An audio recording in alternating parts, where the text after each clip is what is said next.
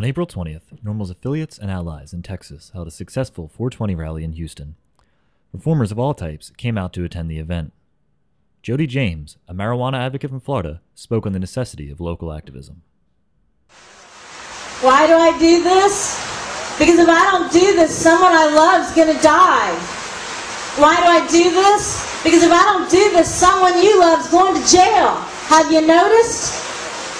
They're picking them off one by one. How do they do that? Because you're not using your voice. Because the most important voice in ending the war on drugs is yours. Also on the agenda was a fashion show that highlighted a wide variety of hemp clothing apparel. Josh Spinberg of Texas NORML also briefed the crowd on the progress of Texas's medical and decrim bills that are currently pending in the legislature. One that had the hearing on March 1st, HB 548, had a really good hearing in terms of the testimony that was given. There was nobody there testifying opposed to the bill. The problem with HB 548 right now is that the committee chair, Representative Pete Gallego, has refused to put it up for a vote in committee. And I've called many times and talked to his staff and to the Criminal Jurisprudence Committee staff, which is the committee that the bill is in. And they say he won't put it up for a vote because he doesn't have the votes to move it forward. So basically what he's saying is he doesn't want to put it up for a vote and have those people down on the record voting yay or nay on this bill. The medical marijuana bill, HB 1491, that's been put into the Public Health Committee in the House of Representatives at the Capitol. Unfortunately, the chair of the Public Health Committee, Representative Lois Polkhorst, has refused to even allow HB 1491 to have a hearing. Why? We don't know, because I do know from National NORML that, and this is the good news, that Texans have taken more action on those two bills than any other bills in the whole country that have anything to do with marijuana. In the first 3 weeks, we had almost 3,000 letters sent through online means through National NORML's, just from National NORML's website. A couple weeks after the rally, activists reconvened for a march on the Capitol and were treated to a pro-reform speech from current Republican presidential candidate Gary Johnson. We now have 2.3 million people behind bars in this country, the highest incarceration rate of any country in the world. And we're the country that stands for liberty and freedom and the personal responsibility that goes along with that, except for marijuana, of course. Justice!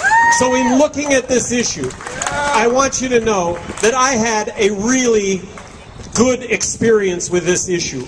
In looking at this issue for a very short amount of time, I came to the conclusion that 90% of the drug problem is prohibition-related, not use-related, and that is not to discount the problems with use and abuse, but that ought to be the focus. So having looked at this issue for a fairly short amount of time, I advocated legalizing marijuana. Legalize marijuana. We can't connect the dots between prohibition and violence. I don't know if we ever will be able to. These are disputes that are being played out with guns rather than the courts. I appreciate you all inviting me here today. I appreciate all of you for your activism. I think this is an issue whose time has come, and as you all know, 46% of Americans right now support legalizing marijuana. This issue is 2 years away from being at a national tipping point. So what you all recognize, but let me just reaffirm, engage people in this discussion and this debate.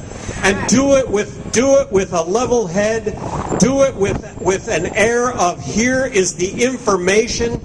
And when that happens, this is an issue that does really well when you shine a little bit of light on it. The 46% of Americans that support legalizing marijuana don't wake up tomorrow at 45.9%. We're waking up every day with this issue advancing. And this is an issue that is going to leave the politicians completely in the dust, totally in the dust. Before the prohibition of alcohol was repealed, you couldn't find a politician in support of that. When it was repealed, you couldn't find a politician that didn't support it and hadn't supported it all along. So keep your activism up. Keep your activism up. Make a difference. We're going to make a difference. We're going to make this happen. Thank you very much.